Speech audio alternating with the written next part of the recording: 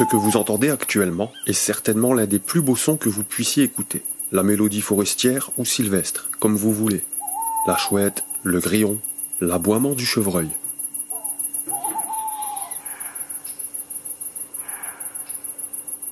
Parfois, au milieu des bois, on rencontre certains membres de l'orchestre. Et ce qu'on peut dire, c'est qu'en termes de bois et forêt, il y a tout ce qu'il faut dans cette partie de la Bourgogne. Nous allons vous faire découvrir ce petit bout de région situé au sud du bassin parisien. Un petit triangle formé par deux rivières qui se rejoignent, cet écrin de biodiversité et de patrimoine au confluent de la Cure et de l'Yonne.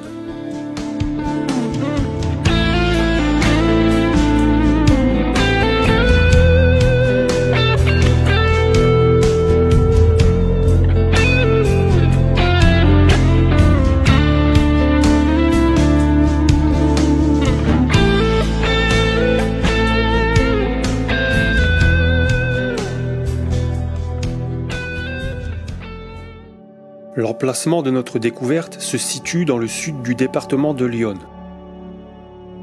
Voici l'Yonne et la Cure. Tous deux prennent leur source à une centaine de kilomètres au sud, dans le massif du Morvan. Le Morvan, Avallon, Clamecy ou encore Vézelay et sa basilique sont des lieux qui ont déjà leurs vidéos dédiées sur la toile. Nous allons uniquement découvrir la zone où ces deux rivières se rapprochent pour se rejoindre. Autrement dit, le confluent. Commençons la découverte par la vallée de l'Yonne, au village de Méry-sur-Yonne et ses rochers du Saussois.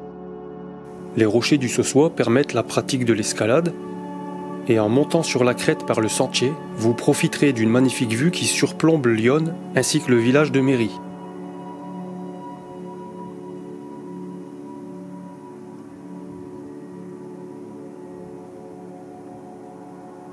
Après quelques méandres vers l'aval, entre les coteaux et les falaises de calcaire, nous atteignons le village de Mailly-le-Château.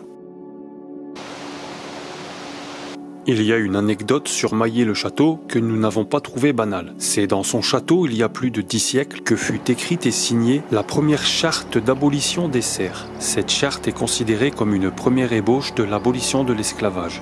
Descendons encore la rivière de 5 km. Mailly-la-Ville n'a pas de château médiéval, mais offre de belles balades en perspective, une base nautique et une plage. Avant de passer à la Cure et à l'aval du confluent, notons quelques informations sur l'Yonne. L'Yonne est le plus important affluent en rive gauche de la Seine. Elle possède un débit similaire à celui de la Seine, ce qui nourrit une controverse. Car du coup, certains disent que le fleuve traversant Paris devrait se nommer Yonne. Comme nous l'avons stipulé il y a quelques minutes, elle prend sa source dans le massif cristallin du Morvan à une altitude de 738 mètres. Dans ce massif de moyenne altitude, un lac de retenue, le lac de Pannecière, a été créé afin de réguler les crues du cours d'eau. Puis, tout en se dirigeant vers le nord, elle traverse des terrains sédimentaires jusque la Seine. Ses principaux affluents sont le Serein, l'Armançon et la Cure.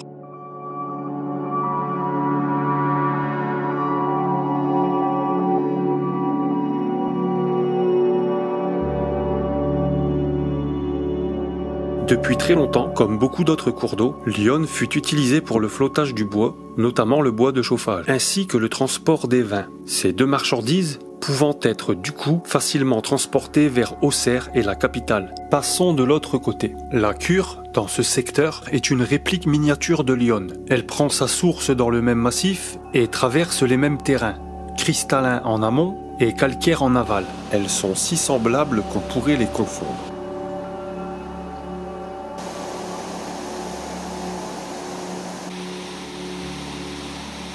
C'est donc dans sa partie aval, aux environs d'Arcy et de Saint-Mauré, qu'elle creuse la roche sédimentaire en formant des falaises aux magnifiques vues en surplomb sur la vallée. L'endroit est bucolique. On peut y visiter des grottes aménagées comme celle d'Arcy et d'autres sauvages comme celle de Saint-Mauré.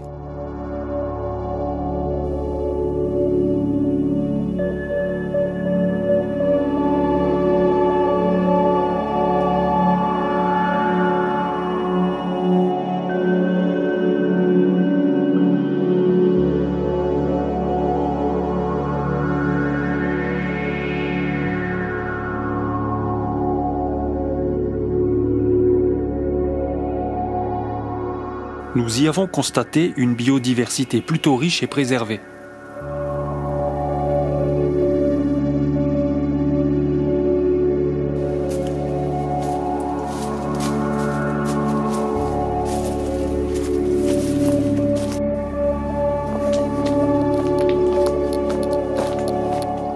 Sur les chemins des Hauts de Saint-Mauré, notre passage déclenche des fuites plutôt énergiques dans les broussailles.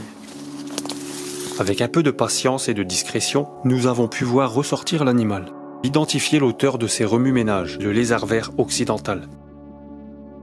Comme tous les reptiles de France, il s'agit bien évidemment d'une espèce protégée.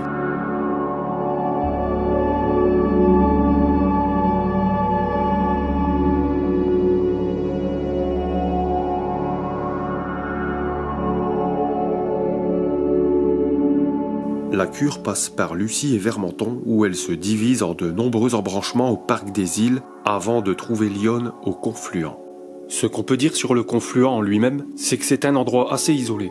Il n'est pas accessible de la route. Pour pouvoir nous y rendre, il a fallu regarder attentivement une carte IGN.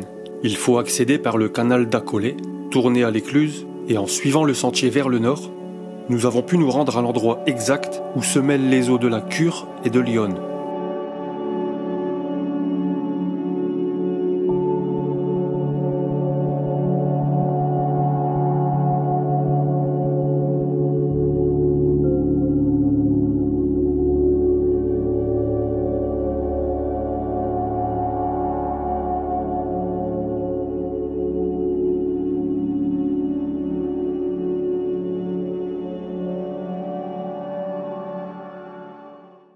C'est juste après le confluent que l'on trouve le village de Cravant.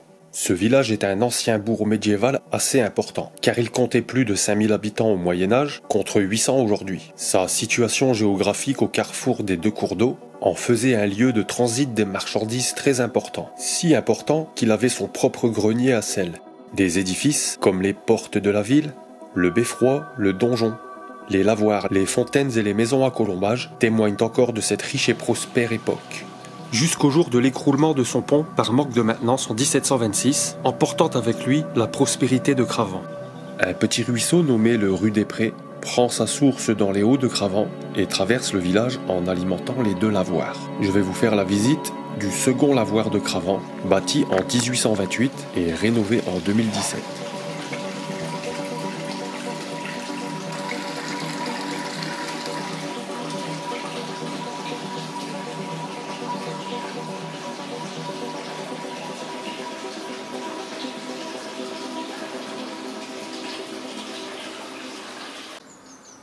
Je n'ai pas pu m'empêcher de sortir quelques petits poissons blancs de l'Yonne. Par contre, la densité des herbiers limite l'emploi de certaines techniques comme le feeder. Dommage, car à cet étage de la rivière, les barbeaux sont certainement présents.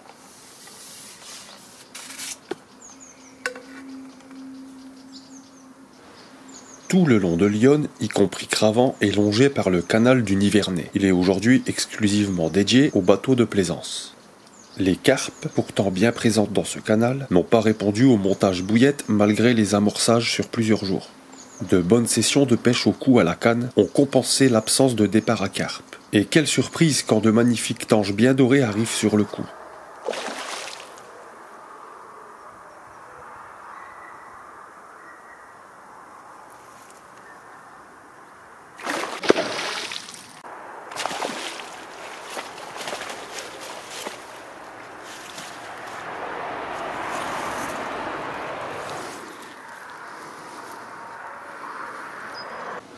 La bonne nouvelle, pas de poisson-chat cette fois. N'empêche, comme souvent, des espèces invasives se sont invitées à la partie, comme la perche-soleil et l'écrevisse américaine.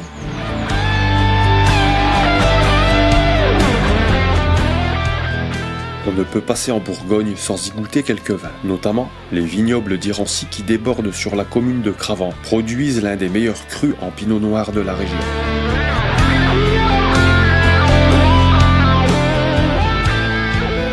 C'est à notre façon que nous avons réuni le maximum d'informations et d'images sur ce petit coin de Bourgogne, car une fois de plus, c'est dans une démarche de sensibilisation au milieu aquatique, à la nature et aux bâtiments historiques que nous avons réalisé cette vidéo.